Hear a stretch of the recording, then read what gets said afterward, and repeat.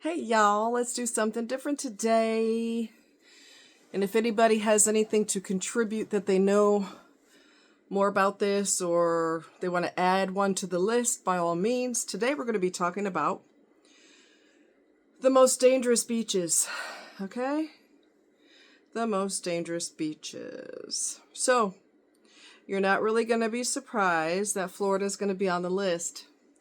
Florida waters have worn the crown as the king of shark attacks for the last decade. Nobody's surprised by that, right? There have been 259 shark bites in the Sunshine State since 2012. All right, according to the International Shark Attack File, which is also called ISAF.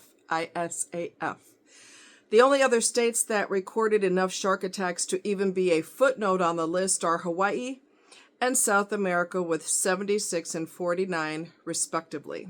Okay. A study by a law firm incorporated shark bites in a report that rated the most dangerous beaches in the United States. So, let's go to them, starting with number 10. Let's scroll past all the fluffy stuff.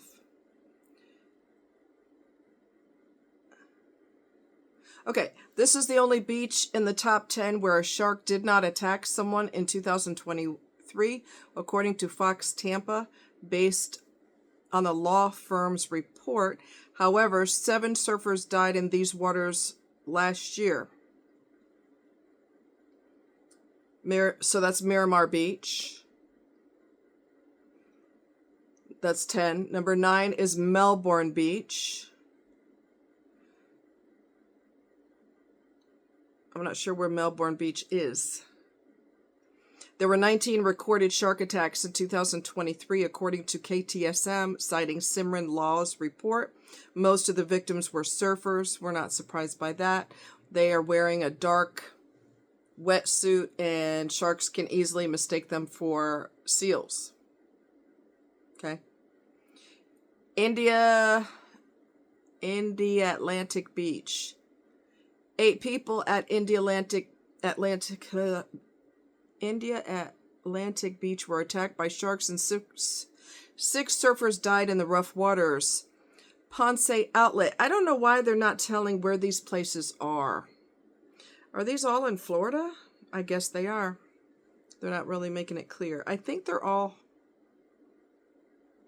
in Florida. Ponce Inlet. I don't know if I'm pronouncing it right. If I'm not, let me know. Ponce Inlet. There were 34 shark attacks and 2 surfer deaths. Ormond Beach. This beach nearly cracked the top 5 most dangerous beaches in the country because of its rip currents, which claimed the lives of 6 surfers. Cocoa Beach.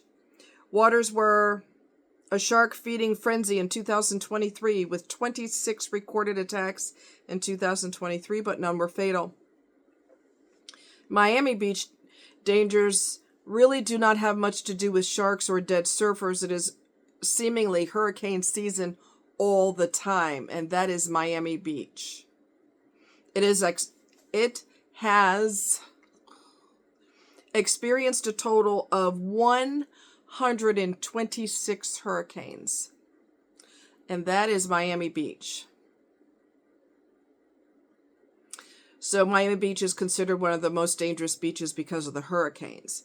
Daytona Beach, taking the bronze medal that it likely did not want, is Daytona Beach, which had 141 recorded shark attacks, the second most in the country, according to KTSM.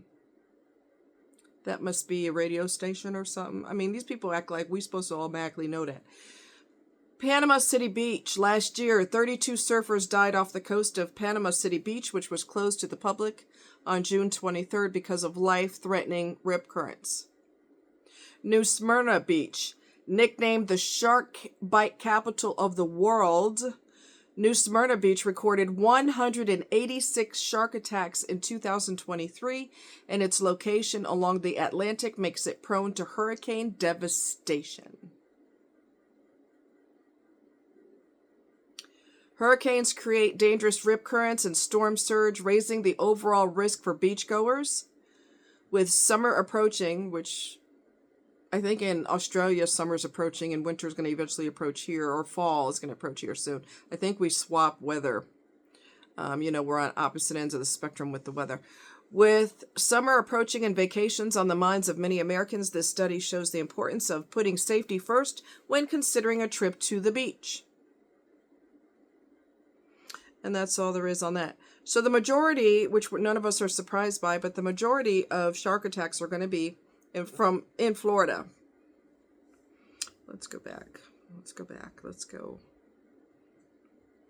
Maybe not go back. So when you look at rip currents, for example, so if the rip current, what can I use? Okay, I'll use my foot deodorant. So this is the ocean, okay? And you get sucked into the rip current. You don't fight it and stay in this canal. What you do is you swim perpendicular. So if you imagine a letter T, this is the top of the T, and this is the actual main part of the T, and it's also where the rip current is. You swim on these. The top part of the T is where you swim perpendicular. So this is sucking you in this way. You swim perpendicular, which is sideways along where the beach is. You don't want to stay in here because it'll keep pulling you out further and further and further. So you want to break out of that and go to either side. Okay. You swim perpendicular to the beach. They tell you don't panic, but who wouldn't, right? But panicking can be the difference between life or death. Now that you know that the rip current is in a tunnel, this little area, you want to swim the top part of the T in either direction, perpendicular, lined up with the beach. So the beach is here, you're here, and you swim this way, and you'll get to be back on the shore. But don't freak out, don't spaz, because that's, like I said, that could be the difference between life or death. Okay. Surfers are a new kind of breed, man. When the weather is insane, they're like, yeah. But they also know they're taking their life into their own hands because they know that sharks mistake them for seals all the time. Okay. There's a girl, I can't remember her name. She's a professional surfer, and she lost her arm due to a shark bite. She still surfs. She does not allow that to freak her out and make her panic. She still does it. I'm going to try to see if I can find her name.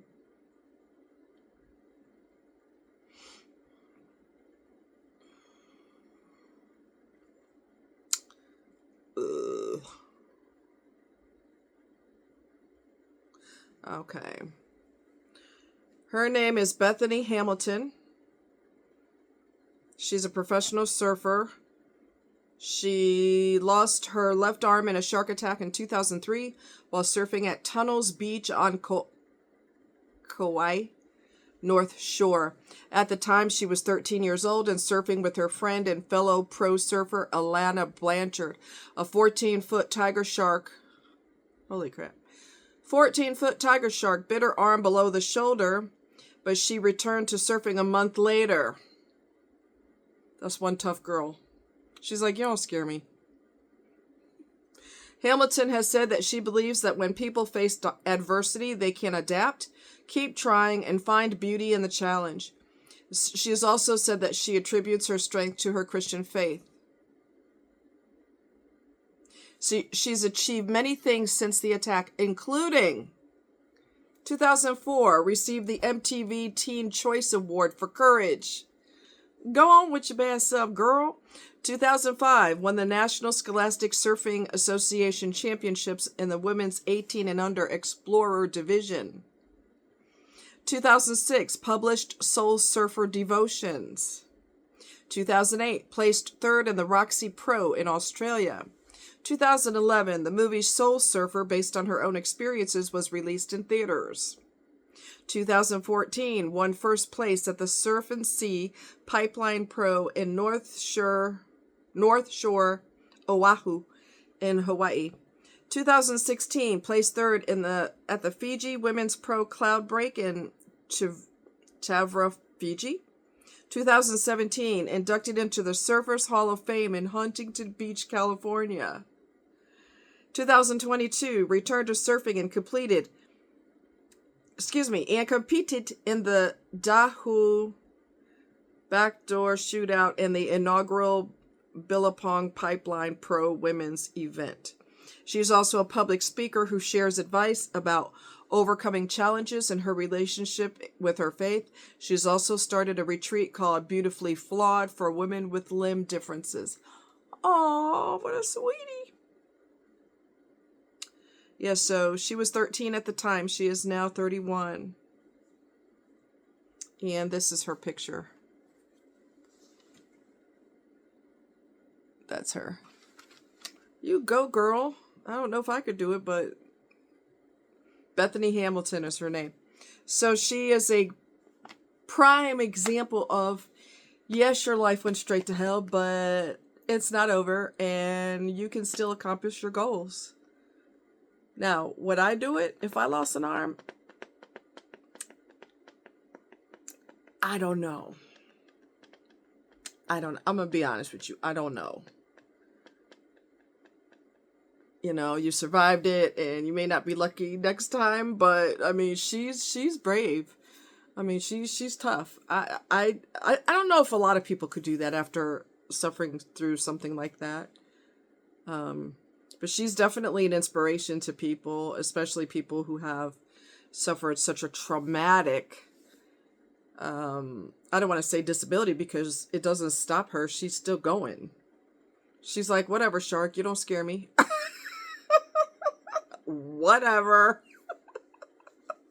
So, my friends were laughing at me when I went to Martha's Vineyard back in the day to see my grandma. And, honey, look, I was paranoid. I ain't gonna lie. I was paranoid.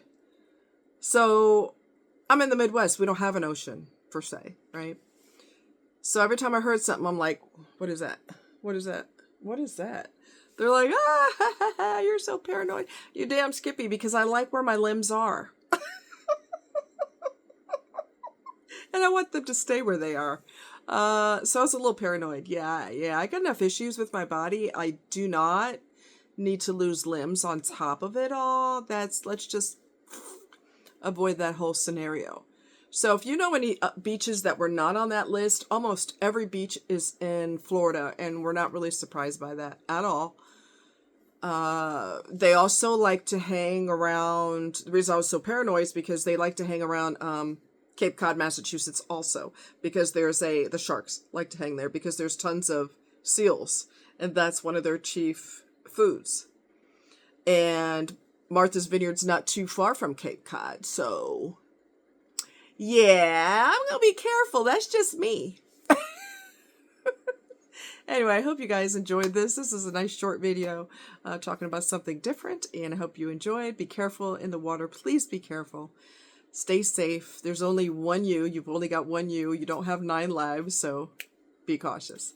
All right, you guys take care. Much love.